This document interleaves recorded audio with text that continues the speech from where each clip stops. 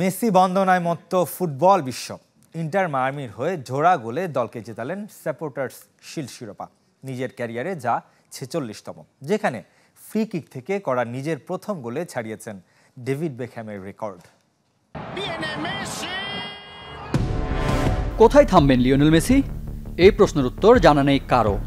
যেভাবে পারফর্ম করে চলেছেন তাতে খুব শিগগিরই মেসির অবসরের সম্ভাবনাও ক্ষীণ। বার্সেলোনার পর আর্জেন্টিনা কিংবা পিএসজি ঘুরে ইন্টার মায়ামি, মেসি রাঙিয়েছেন সবার ক্যাবিনেট। মায়ামির হয়ে সাপোর্টার্স শিল্ড জেতার দিন ফ্রিকিক থেকে করেন প্রথম গোল, সেই সাথে ছাড়িয়ে গেছেন ডেভিড বেকহ্যামের 66 ফ্রিকিক গোলের রেকর্ড। কে বলবে তার বয়স ছুঁয়েছে 37 বছর? পারফরমেন্সে নেই সে বয়সের কোনো ছাপ, ইনজুরির কাছেও হার মানেননি, পুরোদমে খেলে যাচ্ছেন একের পর এক ম্যাচ, গোলের উৎসবও চালু রেখেছেন। গত মৌসুমে ইন্টার মায়ামি ছিল টেবিলের তলানির একটা দল, মেসি যেন ক্লাবটার জন্য আলাদিনের চেরাগ। এসেই নিজের প্রথম মৌসুমে দলকে জেতালেন শিরোপা।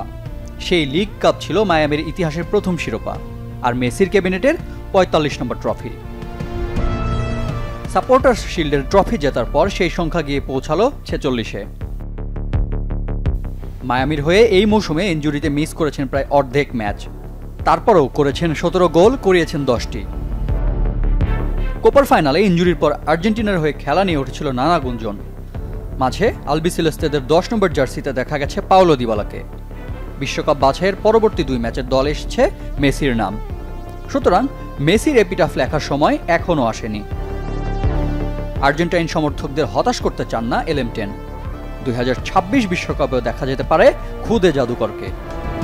রিফাত হোসেন, চ্যানেল 24।